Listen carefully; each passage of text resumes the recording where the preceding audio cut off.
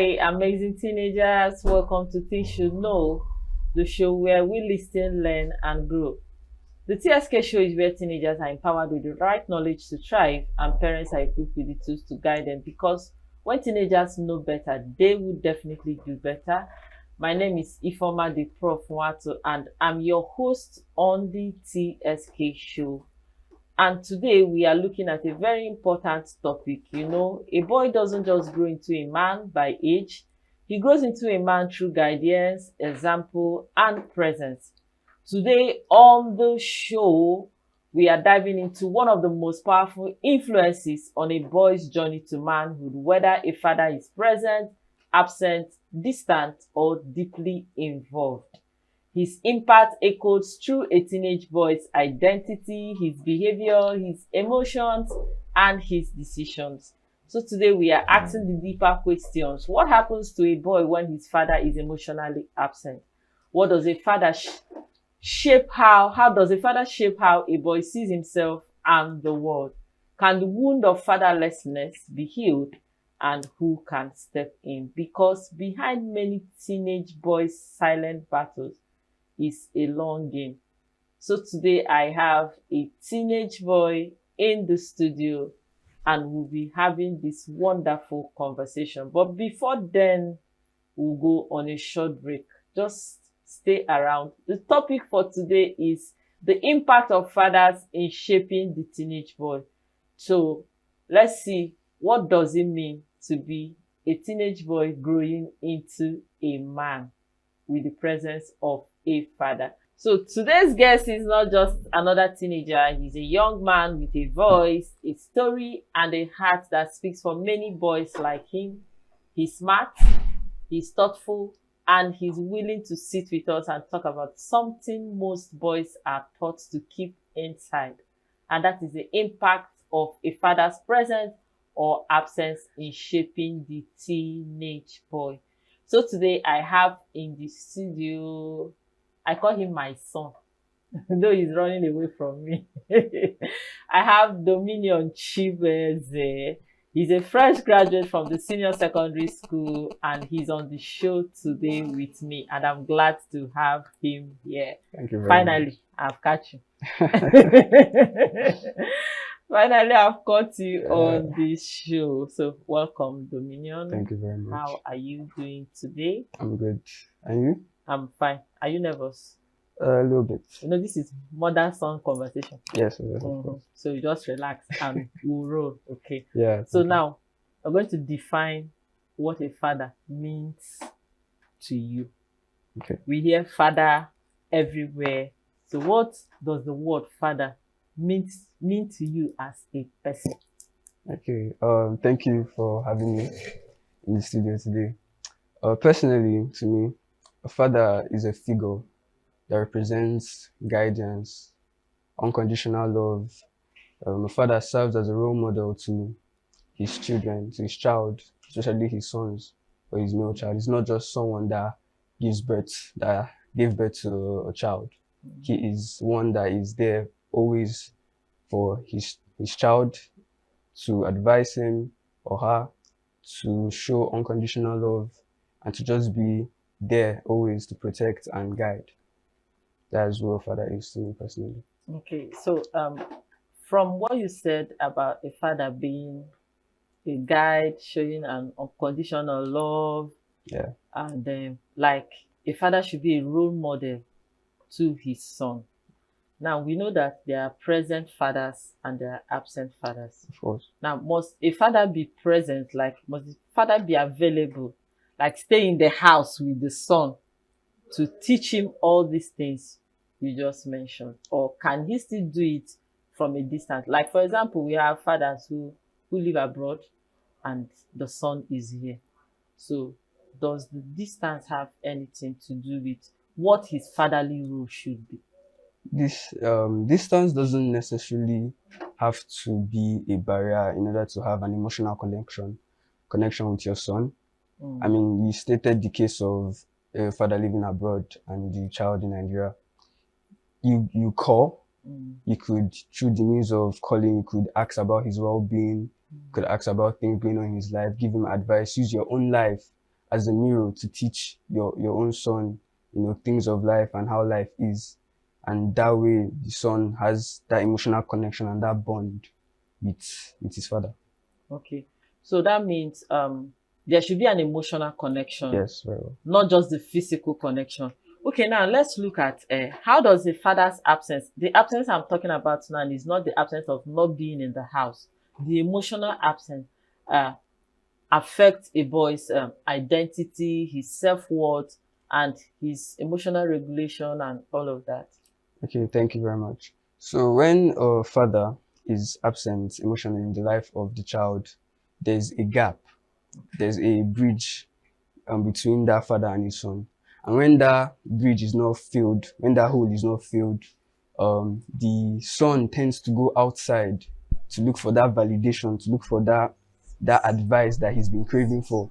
And that could lead to him going into the wrong hands, to gangs. Because when you now enter your gang or whatever, your friends, your brothers, you call them, will now be giving you that validation. They will always be there. The bro code. They would be there to always say, okay, you're doing well. And if they are not the right group of people, they could lead you astray. Okay. But your father is not there to show you the right path. So you go outside, go elsewhere to look for that validation. And honestly, that's just not good.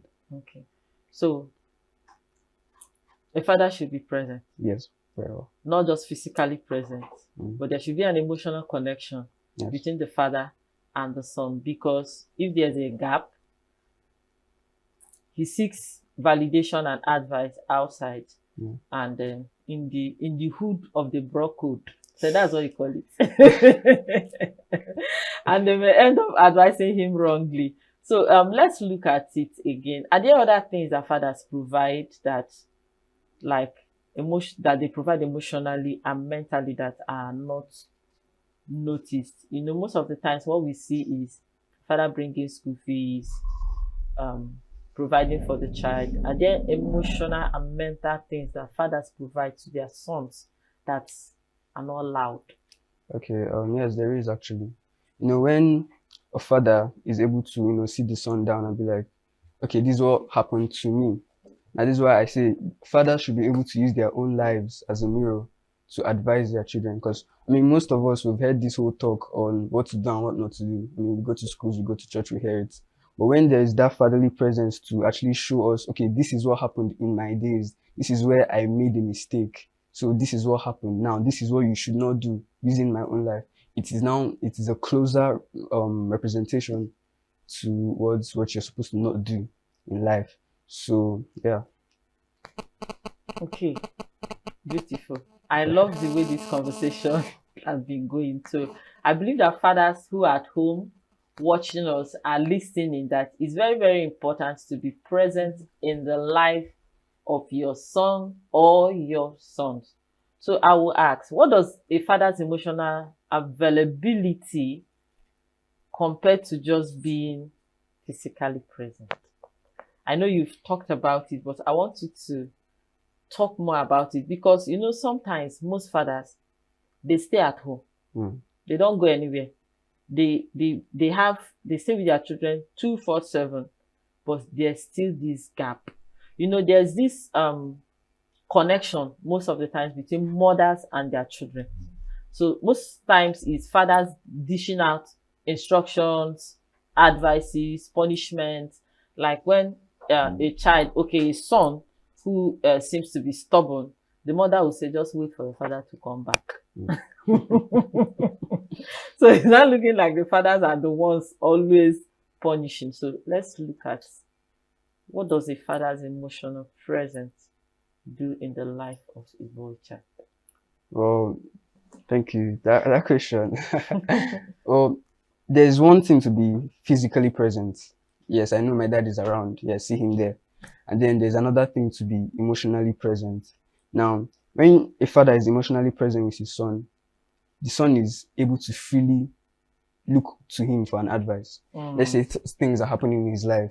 And because there's already that bond, there's already that connection, you will know that, okay, if I run to my father for advice, he will give it to me. He will, even if he needs to chastise me, he will do it out of love. That's the difference between someone that a father that is emotionally available and one that is just present. Mm. One that is just present is okay, yes, I have a dad, but yes, I'll still want to run to my mom because I know my mom, we have a bond already. But when you have that same bond with your dad, you can easily go to him and he would understand you more because he's also male as well. So there should be that brotherhood or fatherhood between. Brotherhood. I like the brotherhood more than the fatherhood. Yeah, they should. Like man to man. Exactly. Because the man should understand the struggles of the boy more than the woman, because boys have their own silent battles and struggles.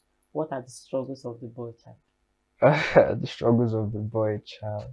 I mean, there's this stereotype, this stereotypical narration that men are not supposed to show their emotions. Men don't cry. Yes. You used to cry. Yeah. Okay. Yes, I do cry. Okay. But that stereotypical idea, that concept that men don't cry, is really an ill statement in our society these days. Because when you have that bottled emotion for long, over time you get emotionally disconnected from the world. You don't know how to feel empathetic towards another person. Like emotional numbness. Exactly. You don't really feel anything for anyone at all. And that can really create a distance between the relationship you have with people and the interactions you have with people in the society. So I think that whole concept of men, be a man, don't cry, don't show your emotions, that is not really the best. It's not really the best at all. Okay. Wow. It's more like an anthem. Right. Like is an everyday thing that the boy child hears. Like, you're not supposed to cry. You man up. Even when they are sick, you say, why are you covering yourself? You're behaving like a girl. But they don't understand that boys also have their own struggles, even with identity, pursuing purpose, and all of that. Now, you have your peers that you're in the brotherhood. Let me use that word. Okay, I know you've seen a boy who has a father who is present and the one who doesn't have a father who is present. So what difference does it make? I mean, for the one whose father isn't present, he seeks validation from outside. When there isn't that home structure, that fatherhood structure to always be there to advise the son and always validate the son and say, okay, this is what you're doing, this is what you're doing wrong, do it like this is what is happening in my life, dad. The father is like, okay, this is what you should do, this is what I struggled with as well, you should not struggle with this, make this. So when that son has that background, the son is able to stand firm in the society. He's not easily swayed by people's decisions. But a son without the father's presence is easily swayed. It's literally just the opposite. That's if you don't have, that's in the worst case scenario, if you don't have other people that are good impacts. Yes, exactly. So it's important that fathers speak life into their children. Yes. Especially the boy child, so they don't seek validation from the bro code. They don't seek validation from the brotherhood outside. Thank you so much, Dominion. You've been dishing out correct information, very inspiring, very informative, because in this part of the world, there's this disconnection between the fathers and their sons. And today you're letting us know that it's very important that it's not just about having a father who is around, but a father who is deeply and emotionally connected to the son to help the boy shape his life in the journey of becoming a man. And most importantly, not to speak those negative words. Because, when we tell boys don't cry, like you said, there's this disconnection they have there's no empathy, there's no compassion, and they end up becoming rebels, becoming bullies, and all of that. So I believe that those who are watching us on this show, they are listening, they are learning, and they are also growing. So let's talk now with the bro code first. Wonderful. So we are going to look at something else on this segment of the show. A boy watching us now is sitting down and the boy is looking at you and the boy is wondering, I don't have a present father. but I don't have a connection with my father. What do I do? Because you've already mentioned that it is wrong, and it is not okay. Let me not say it is wrong. It's not really okay to seek validation or advice from outside, because probably the person may be seeking this advice from the wrong set of people. So what will you tell that young boy watching you now and asking, oh, who is wounded in his heart? Oh, where is my father? What if my father had been here? I would have been better. I would have done better. What would be your advice? Well, first of all, I mean, we're Christians, Mm, right? Now, the father of all fathers is God, obviously. So, if your father is not really present in your life, I would say look to God first. I mean, He's the author and finisher of our faith. He's our strong tower, right? And then, if you're looking for also people with physical advice, there are mentors online. You could find people that you've studied their behaviors, you know what they do, you know that these people can be a good model in my life. They can help shape my life. You meet them, you run to them. I don't think anyone would chase you away, or if you come to them looking for advice and looking for mentorship on life and in general. So I think they should find first of all God, and then obviously do their research on the people they actually want to be their mentors and to also guide them in life. Okay. First of all, look up to God. Yes. Father of all fathers. This shows that you're a pastor's child. I am actually.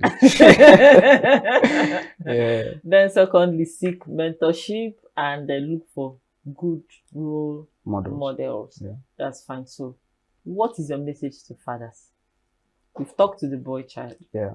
What do you have to say to fathers who are not present in the life of their boys, speaking life into them, shaping them, directing them, and loving them unconditionally, like you said? What do you have to say to this set of fathers? Do better. Just do better. I mean, you could sit, like I said before, use your own life as an example to talk to your sons, your children. Now, outside that, like, okay, let's say, like, I love playing football. I love watching football, right? My dad watches football as well. So when, we're watching football together, there's a bond. Doing activities together, you're creating a bond. Over time, that bond becomes very strong. That way, you can actually easily talk to your dad for anything. And I don't think any dad should be so uptight, strict, and very rigid. strict, and yes, to their sons. So because once you are like that, you're kind of pushing away your sons, and your sons should be able to easily come to you for advice or anything, as a matter of fact. So they should strive to create a bond. That bond is what makes the son open to their fathers.